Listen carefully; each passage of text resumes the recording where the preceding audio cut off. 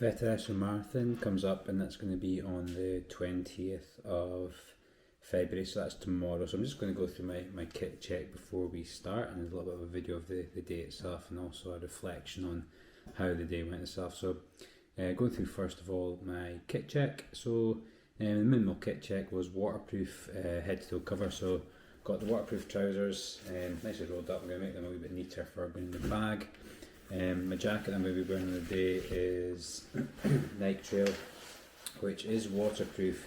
The only problem I find with this jacket is, although it's great at keeping the rain off, it also makes you sweat a wee bit more. So I'm going to make it nice and light, compact for the day. So it's quite nice. It's got everything that I need in there. It can actually fold up within itself. So that is my full waterproof cover.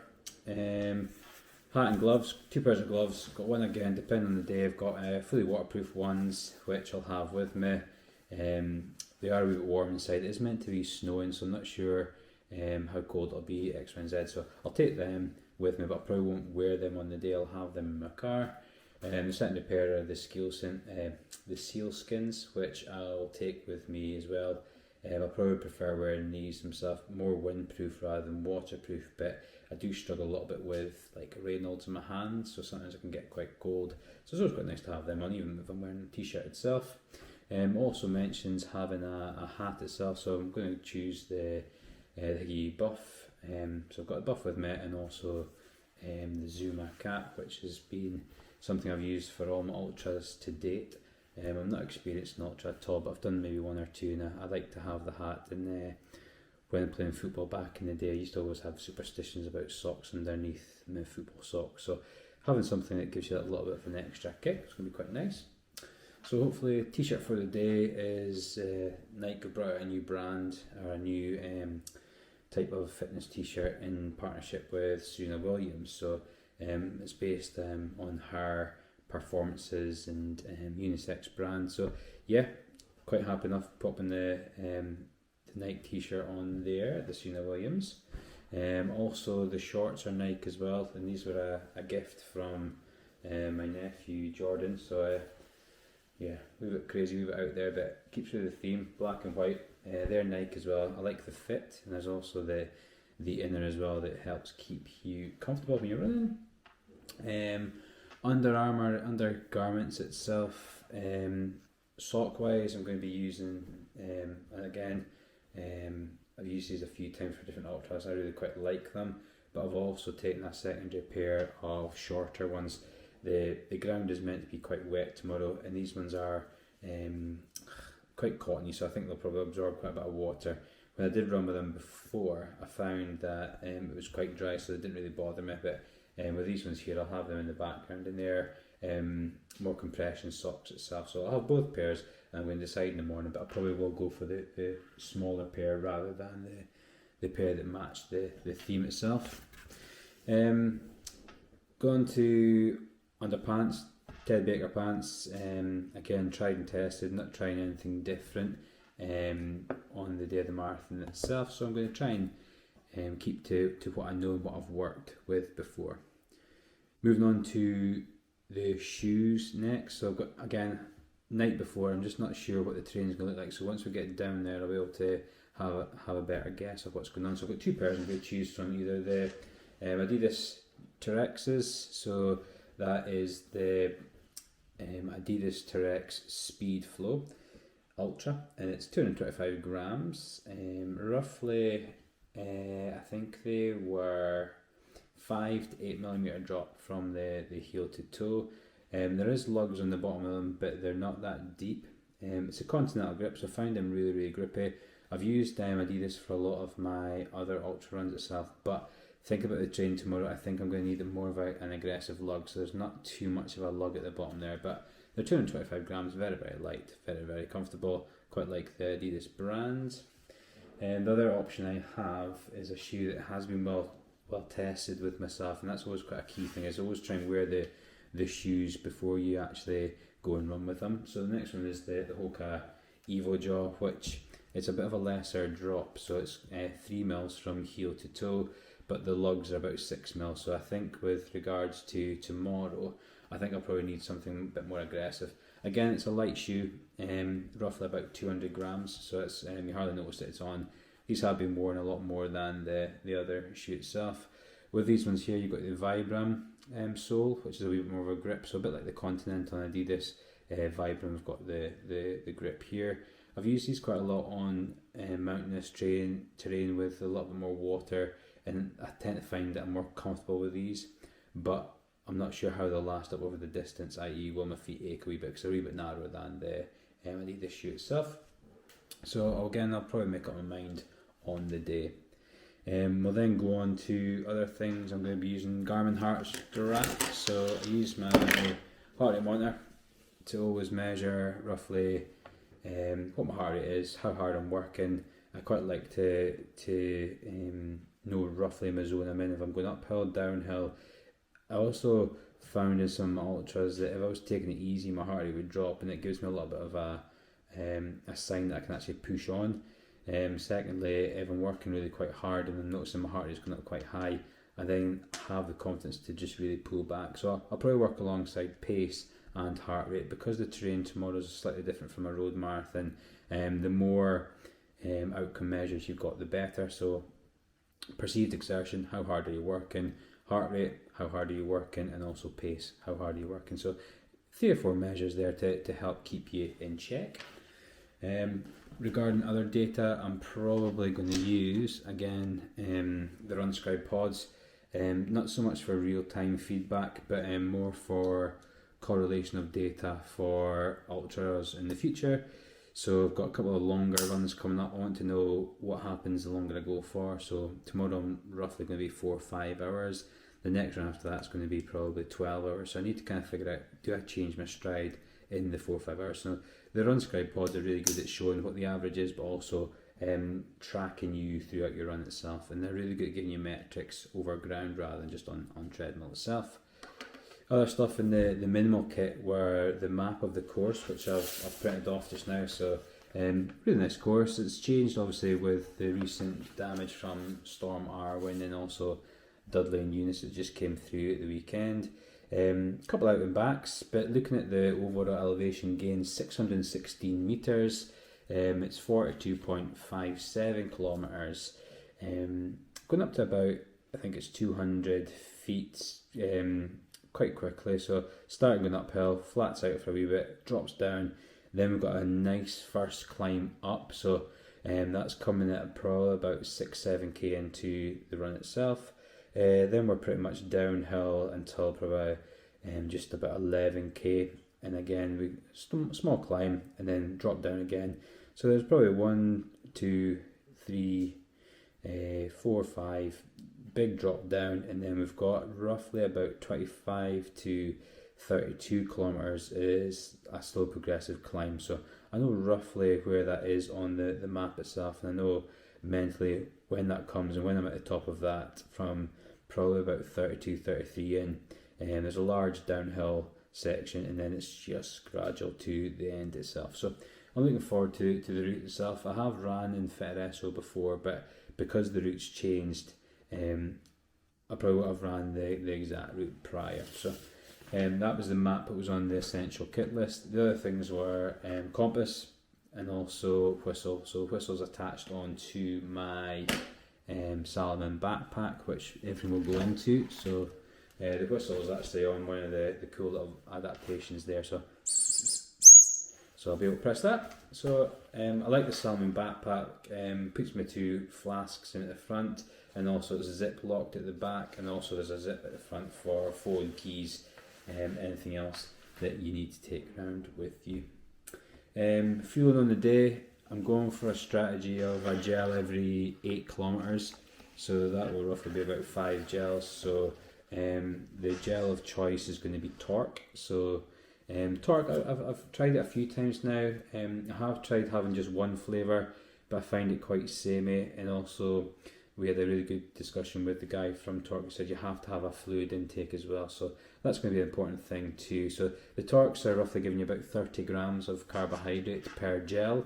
The delivery system's a 2-to-1, which means that the maltodextrin versus fructose, so there's 2 different types which are different release. One's a faster burner, one's a slower burn itself. They're also transportable carbohydrates, which means the body can utilise them better. In the gels themselves, there is 5 different electrolytes, so it saves you having to think about salt tablets or anything else like that. So there is the electrolytes in there, and I went for a routine of cherry bakewell is going to be the starter, and then we're going to go into raspberry ripple, and then we're going to go into banoffee, which has also got the guarine in it, which is the natural caffeine. So it's got 37 grams of caffeine in there. We then go on to strawberry yogurt, and then at kilometre roughly 38 to 40, we're going to pop the caramel latte, which has also got the caffeine in it as well. So I've got that packed, but I'm also probably going to pack the toilet roll as well, just to make sure that I don't get caught short. It does promise no gut bombs, but we'll see how that goes.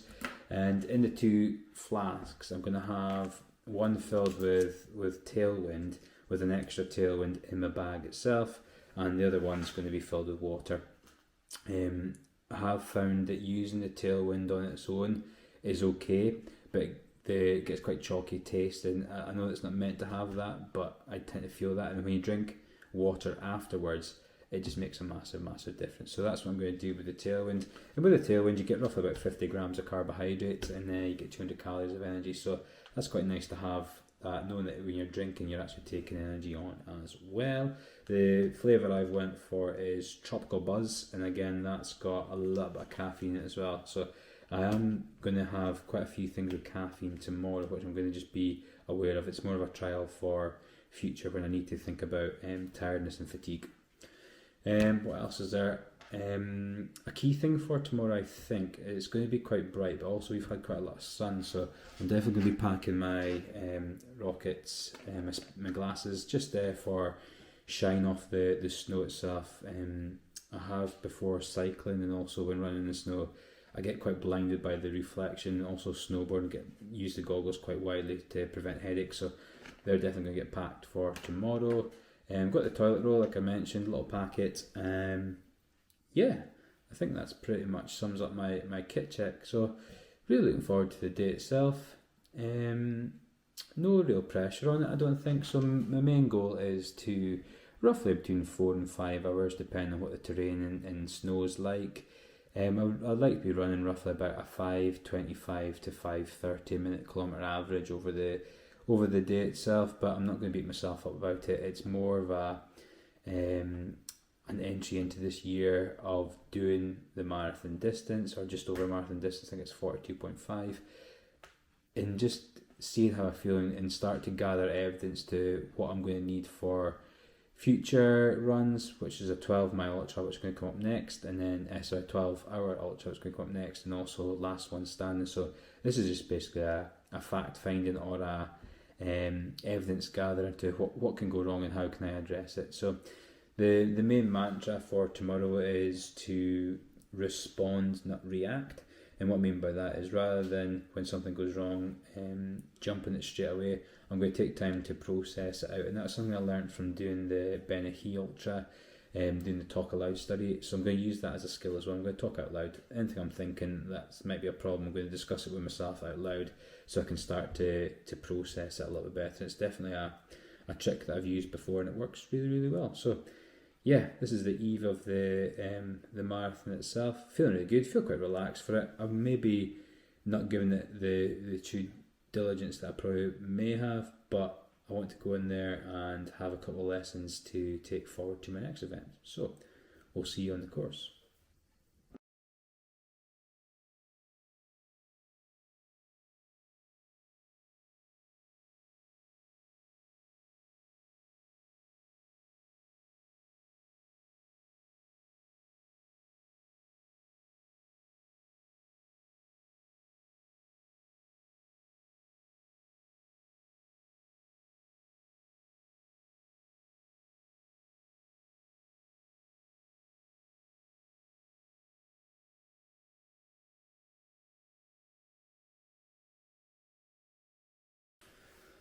This is my video on the catch up after the Fettereso Forest Marathon, which I ran at the weekend there on Sunday, the 20th of February.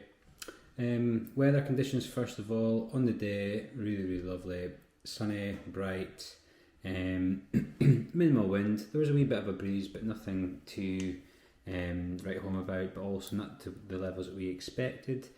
Underfoot was a little bit tricky, not going to lie. The track, although there'd been a Land Rover or some sort of machinery around on the course, it kind of like hard packed the ice. But to be honest, that would play a huge role throughout the whole of the race itself, going from quite icy terrain to quite thick snow to melted snow to quite wet. So I think one of the biggest things that I found from the route itself was that you were always concentrating on where you're putting your feet.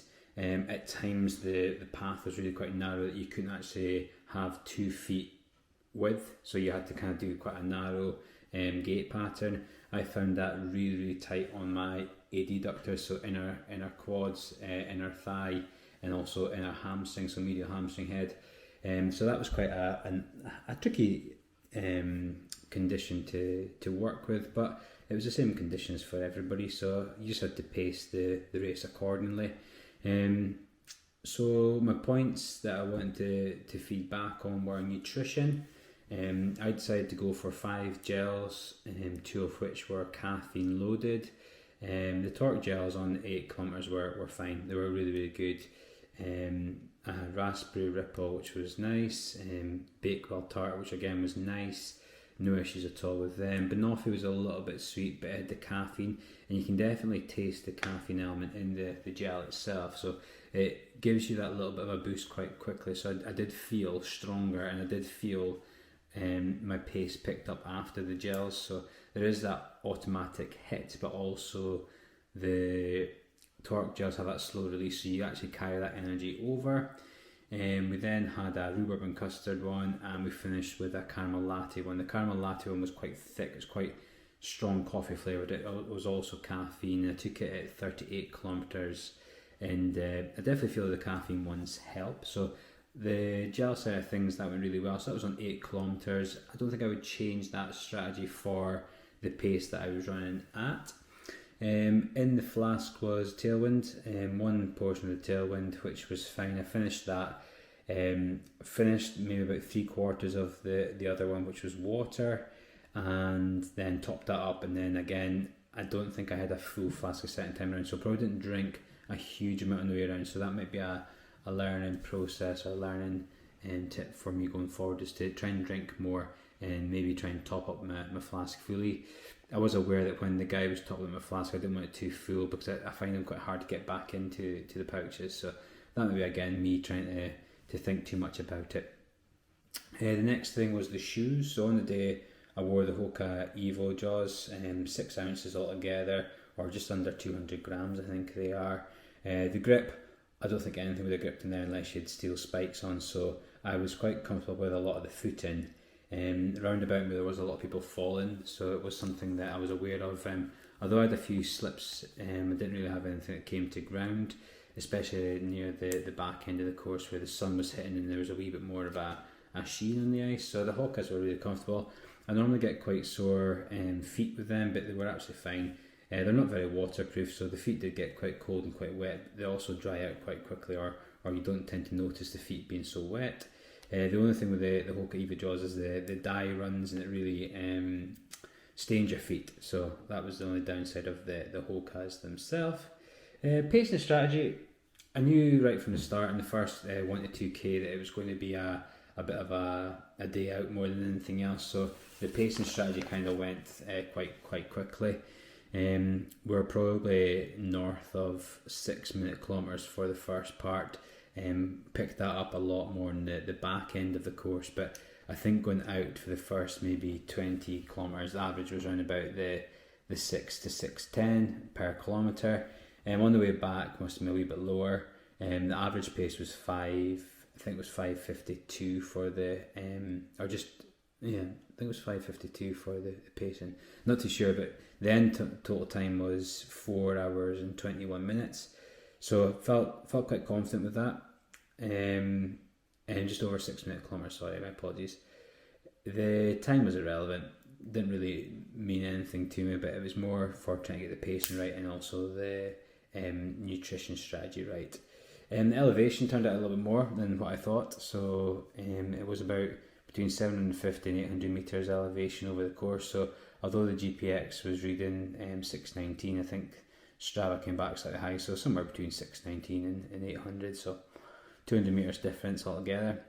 I won't go through the course, so I've got the map in front of me here of just the course for the day. So we're starting just at the car park just off the Slug Road, straight into a hill. Knew straight away it was quite icy and it was really hard to get going, so that's when the pace just dropped off and just let a lot of the lead pack head away. I also ran a lot with Arash Sahari, so it was lovely just catching up with him, what he's been up to. He does a lot of distance running, including one dawn till dusk run just recently. We got about 40 miles, and it was just when he ran out of water that he went back home. So he does a marathon every other week, so it was quite nice to spend some time in his company. Arash was also telling me about his work that he does, and a lot of it's the eye that's involved. And I was telling him that I was trying out the glasses for the sun, and he was asking what colour my eyes were. So apparently lighter coloured pigments in your eyes are affected with headaches more than darker pigmented eyes. So it's one of these things to think about as well, that if you do have light skin, light pigment colours, that wearing the sunglasses to prevent the sunlight but also the shine off the snow in that conditions. And I noticed a huge difference on the Benny Ultra. I had problems with the lights flashing through the trees, and that made me really quite dizzy and quite disorientated, but this time around I had no problems at all, so that was really quite nice. So we ran together for the huge majority of the first part. So it was an out and back, we came to a bridge and we carried through up a small hill, past the SSE building. Again, pace was easy, pace was consistent. There was a piper around about a cut-off point as well, which is quite nice. So hearing the pipes as you came around the corner was a lovely touch. There's a wee small family just out of the hill of Swanley, so we spoke to them briefly, and they were offering you wee sweeties as well. So a little out and back round the loop of the hill of Swanley before coming right back in along the same route that we'd taken on the way out. So when we got to there, all the way back to the bridge where the cars were, we started to go off to the left hand side, or due west I believe it is, out to the hill of Hobseat, where we were coming up to the water station. Perfect, just topped up the water, no frills, no spills, nothing at all, so it was quite nice. This section was a lot more less icy, less snowy than the first part, so it was quite nice to get some nice running on that. Before we ventured left or southwest, it would be up to the hill to where the wind farm was. So we headed up to the top of the hill, up to the wind farm. This is when I had to break in a little bit of a walk. I mean, my legs were just struggling a wee bit, and I was finding with the terrain changing back to being icy, probably wasn't getting as much traction out of the feet as I wanted to. So went to like a power walk, jogged in the flats, walked the inclines, got to the top, jogged out to the wind farm, got a wee squiggle over from the Sharpie, and then headed back in. Nice long downhill, so about 2-3k of downhill before a little bit of an uphill, then it flattens out again and gradual downhill back to where the water station was before we ventured northeast, which went up I think it's Stonehouse or just the north of Stonehouse. Here the snow was really quite deep and there hadn't really been many tracks, but the tracks that were in there were quite narrow, and that's where it led to a lot of the crossover gate pattern that I was referring to earlier on, where the adductors get loaded a lot heavier and you don't really get to use a lot of the outside of your gluteal, and you can sometimes get a lot more knee pain as well. So I was making sure that I was trying to keep my stride as wide as I felt able to before we came down into some, let's say, untouched snow. So it was a free-for-all down the hill into the slushy snow. Keeping the feet on was important, keeping the self upright was important, and then we came back on the fire track and it was a nice downhill section past the lovely volunteers on the left hand side and crossing the line at the bridge again. So that was kind of the route itself, measuring 42.5, and I think Chris was quite nice at the start and was saying don't call it an ultra because it's not an ultra, so it was just over a marathon, so it was nice distance. Elevation was good as well. It was a really nice run, and I can't thank the volunteers, and I can't thank all the marshals who stood out in the cold, squiggling on our numbers to make sure nobody cut corners or cheated, and it was just actually a really nice atmosphere. Although Chris said it wasn't an ultra, it had the atmosphere of an ultra. Everyone was friendly, everyone was just delighted to see you there, so it was a really good day out. I've got 3 learnings that I've got as well. So the 3 learnings that I take away are the 3 positives.